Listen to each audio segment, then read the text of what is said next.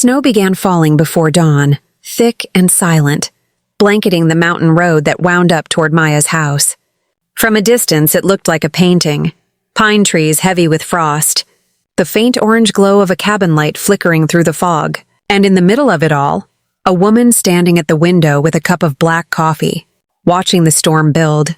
Maya had never liked Christmas. Or maybe it was more honest to say Christmas had never liked her. Every December, her family in Oregon would send pictures of themselves gathered around the fireplace, laughing, holding glasses of champagne. And every year they forgot to invite her. The group texts, the party plans, the laughter she could see but not touch. The first year she told herself it was a mistake. The second, she made excuses for them. By the fifth, she stopped pretending. She'd been the middle child, the quiet one, the one who didn't demand attention, who worked, paid her bills, and never caused a scene. Her sister Clara was the golden one, married to a lawyer, mother of 2 perfect children. Her brother Dean was the family comedian, the one who made everyone laugh even when there was nothing funny. And her parents, Anne and Richard, liked their peace more than the truth. Maya was the shadow between them all, useful when needed, invisible otherwise, until this year. This year, the forgotten daughter had something they didn't: power, money, and a plan. She'd left her job 6 months ago. Nobody in the family knew that she had sold her tech startup to a California investment firm for $7 million. Nobody knew that she'd bought the mountain house in Colorado, the same one her parents had once called too far, too expensive, too lonely. Nobody knew she'd spent the past few months renovating it into something breathtaking. Glass walls, modern furniture, a stone fireplace taller than a man, and a view of the valley that looked like another world. She took a slow sip of coffee, set the mug down and whispered, "Merry Christmas" to me. The phone on the counter buzzed. It was a text from Clara. "Hey sis! Just realized we totally forgot to send the group invite for dinner again. We're at Mom and Dad's tonight.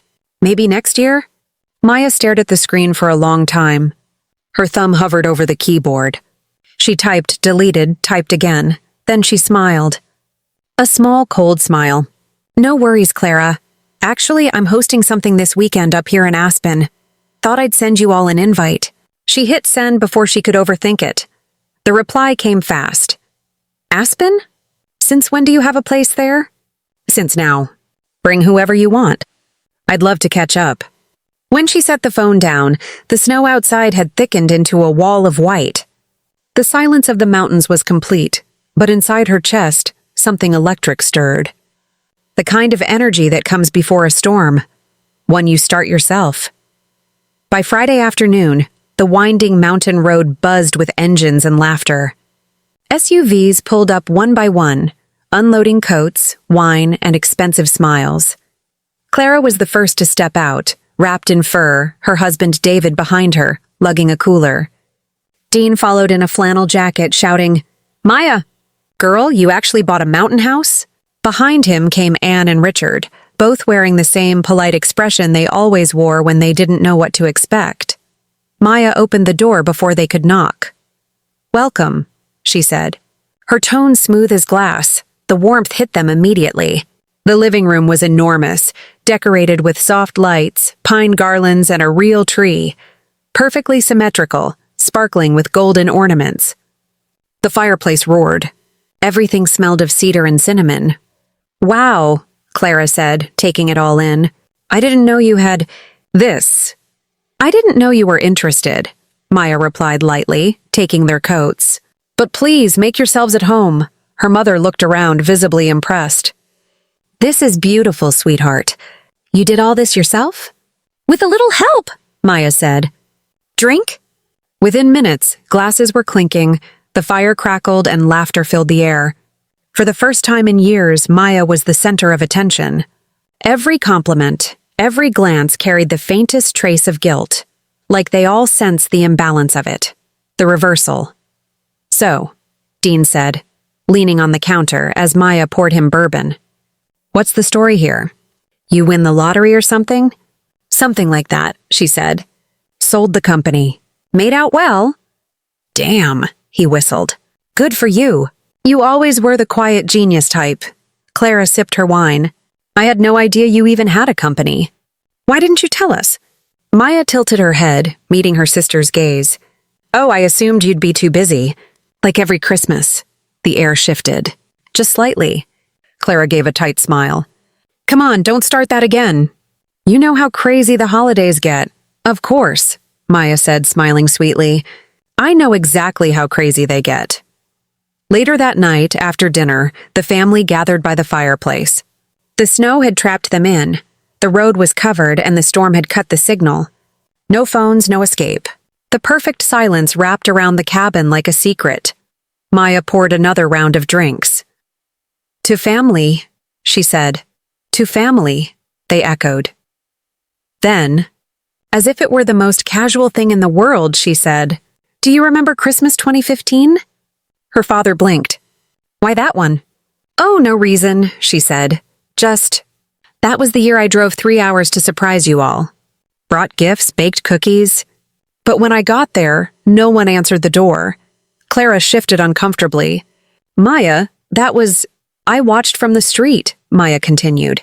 Saw you all through the window, laughing, eating, pretending I didn't exist.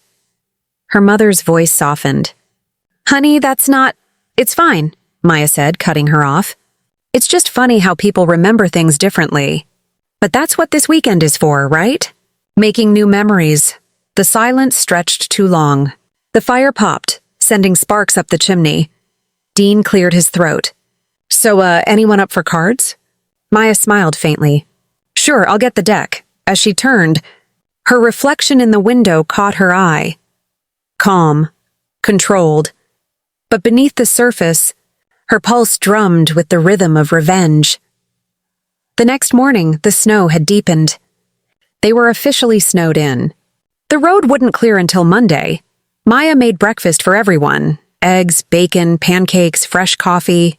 She moved gracefully, talking just enough, smiling just enough. No one suspected the plan unfolding beneath that calm exterior. By noon, she guided them all into the living room, claiming she had a surprise. On the table sat a sleek black box with a digital lock. What's that? Clara asked. Something fun, Maya said. A game, actually. Since we can't go anywhere. A game? Dean laughed. You've changed, sis. Used to hate games. I used to hate a lot of things, Maya said quietly. She pressed a button on the box. The lock clicked open. Inside were sealed envelopes, one with each of their names. Inside, she explained, is something I've kept for years. Little pieces of truth. Everyone gets one. They hesitated, glancing at each other. Go on, she urged. Open them, Clara went first. She tore the envelope open and froze. Inside was a printed screenshot of an old text thread. Her own messages, mocking Maya behind her back. She's so awkward at parties. Honestly, I didn't even want her there last year. Let's just say we forgot again. Less drama. Clara's face went pale. Where did you get this? Old phone backup, Maya said simply. Funny what people save without realizing. Dean opened his next. A photo. Him and his friends years ago making jokes about her startup. One message read, like she'll ever make it past her garage phase. He swallowed hard. Maya, come on. Her parents' envelopes contained financial records, proof of how they'd used her college fund to cover Clara's wedding and Dean's down payment. Her mother's voice trembled. We meant to pay you back. Maya's expression didn't change. You didn't, the fire hissed. The storm howled outside. Nobody spoke. Then Maya leaned back in her chair and said, Don't look so surprised. I didn't invite you here to hurt you. I just wanted you to see what I've carried all these years. Her father's jaw tightened. So this is revenge. No, she said softly. This is closure. Revenge comes later. That night, when everyone had gone to bed, Maya stood outside on the porch, watching the snow swallow the forest. The air was so cold it bit her lungs, but she stayed there staring into the dark. She heard the door creak behind her. Her mother stepped out, wrapped in a shawl. Maya, Anne said quietly. You can't live your whole life in anger. Maya didn't turn. It's not anger anymore, Mom. It's truth, Anne sighed. You think this will make you feel better? No, Maya said. But it'll make me feel seen. Her mother's eyes softened. You were always seen, sweetheart. We just didn't know how to show it. Maya looked at her finally, her face unreadable. That's the thing about people who don't know how to love. They always think they did. She turned and walked back inside. At 3 a.m., a crash woke everyone. The power was out. The storm had cut everything. The only light came from the flickering embers in the fireplace. Maya? Clara called. What's happening? Maya's voice came from the hallway, calm. Generators out. Stay here. But when they looked toward her, the light caught her face. And for the first time, they saw the cold satisfaction there. Because the truth was, Maya hadn't lost power.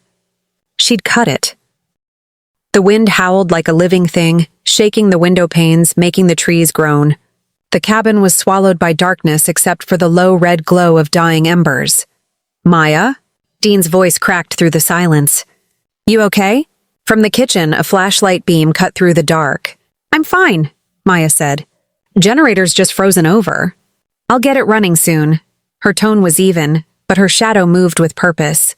Quiet, controlled, deliberate. The air inside the cabin felt heavy, charged with something unspoken. Her family sat huddled together near the fireplace. Clara clutched her shawl tighter. This is insane, she muttered. We're stuck here, no power, no phone signal. Why did we even come? Maya's voice drifted back from the hall. Because you finally said yes. Her father stood. All right, enough of this. Let's get the generator fixed. I already told you, Maya said, appearing suddenly from the doorway, flashlight in hand. It's handled. The beam of light caught her face for a moment. Serene. But her eyes had that calm fury of someone who'd waited years for this moment. She turned off the flashlight, plunging them back into the soft red glow. You all should get some rest. Big day tomorrow. Big day? Clara asked. What does that mean? Maya smiled faintly. You'll see. Morning came slow and cold. The snow outside had swallowed half the porch. The power was still out. The only sound was the creak of ice on the windows. When they gathered in the kitchen, they found breakfast already waiting, coffee warming on the stove. Plates of pancakes, fruit, bacon. Maya, her mother said, uneasy. You've been up early. I don't sleep much anymore, she said. Habit, Dean tried to break the tension.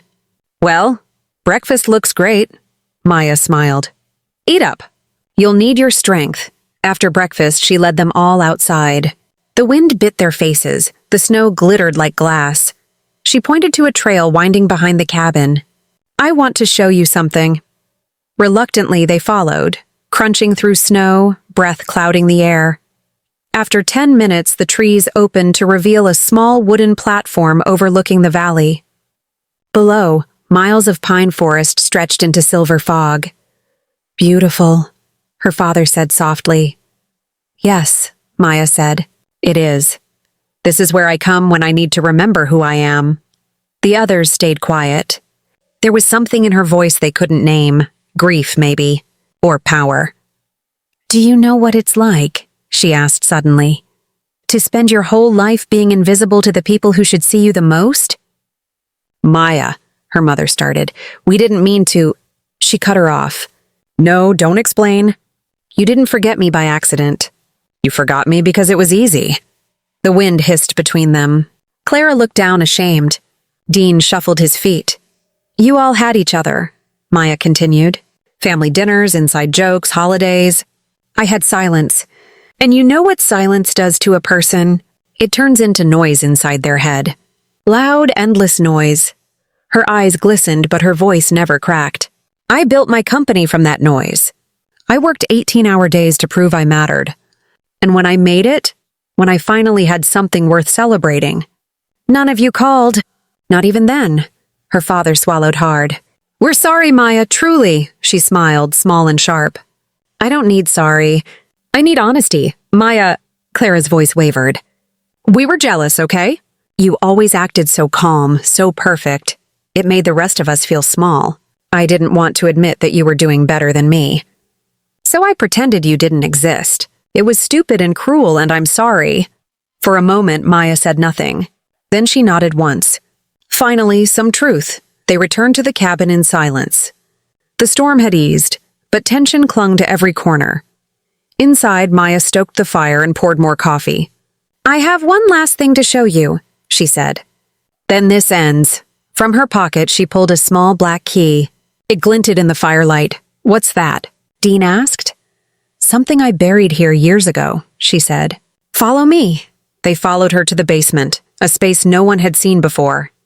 The air was cold and still. A single bulb flickered overhead, powered by a generator she'd wired separately. At the far end stood a steel cabinet. Maya inserted the key, opened it, and stepped aside. Inside were boxes. Dozens of them. Old photos, letters, keepsakes, fragments of a life forgotten. "These," she said quietly, "are the pieces you left behind. Birthday cards you never sent. Photos you cropped me out of. Messages you didn't answer. I saved them all." Her mother's voice broke. "Maya, why would you keep these?" "Because one day," she said, "I knew I'd have to remind you who I was." Clara covered her face, crying softly. Dean stood frozen. Her father whispered, "You've been living with this pain for so long." Maya looked at him. "You all moved on. I didn't get that choice." She closed the cabinet gently, then turned to them. "You can leave tomorrow when the snow clears. But before you go, you're going to do something for me." They looked at her, wary. "You're going to sit at that table tonight," she said, pointing to the long dining table near the fire. "And you're going to talk. Not pretend. Not small talk. The truth. Every ugly piece of it. You're going to look each other in the eye and admit what you've done. To me, to each other, to yourselves." Her father frowned. "Maya, this feels like punishment." "It's not," she said. "It's liberation. You can leave as the same broken people you were, or you can walk out different. Your choice." That night, the firelight danced across their faces as they sat together at the table. For a long time, nobody spoke. Then Clara took a breath. "Mom, you always loved Dean more than anyone else. You made me feel invisible, too." Anne blinked, stunned. "That's not true." "It is," Dean said quietly. "You expected me to be the man Dad wasn't. You leaned on me for everything." Anne looked like she might cry. "I didn't know you felt that way." Maya said nothing. She simply poured herself a glass of wine and listened, the faintest smile on her lips. One by one, the truths came spilling out. Resentments, guilt, shame, jealousy. Every secret buried under years of silence rose to the surface. When the last confession faded into quiet, Maya stood. "You see?" she said softly. "That's what truth sounds like. Ugly, raw, but real. That's all I ever wanted from you." Her mother whispered. "And what about you, Maya? What's your truth?" Maya looked at them, her eyes reflecting the fire. "My truth is that I loved you. I waited for you. And when you never came, I learned how to survive without needing you. But that love, it turned into something else. Something colder. I built my life on it. Every success, every victory, all fueled by the ache you left behind." She placed her wine glass down. "So my truth is simple. I don't hate you. But I'll never need you again." The next morning, the snowplow came. The storm had finally passed. Maya helped them pack. No one spoke much. There was a quiet respect in the air, a strange peace born from exhaustion and honesty. Her father hugged her at the door. "You've become a remarkable woman, Maya. I'm sorry it took this long to see it." She smiled faintly. "Goodbye, Dad." Clara hugged her next, tearful. "You really showed us who you are." "No," Maya said. "I showed you who you made me." When the last car disappeared down the winding road, silence returned to the mountains. Maya stood on the porch, watching the sun break through the clouds, the snow glittering like diamonds. For the first time in years, she felt weightless. She went back inside, lit the fireplace again, and sat alone at the table. The house no longer felt empty. It felt hers. On the counter, her phone buzzed. A new message. From Clara. We're having Christmas here next year. We want you to come. For real this time." Maya stared at it for a long moment. Then she smiled, warm and tired. "I'll think about it." She set the phone down, looked out at the mountains and whispered, "Merry Christmas!"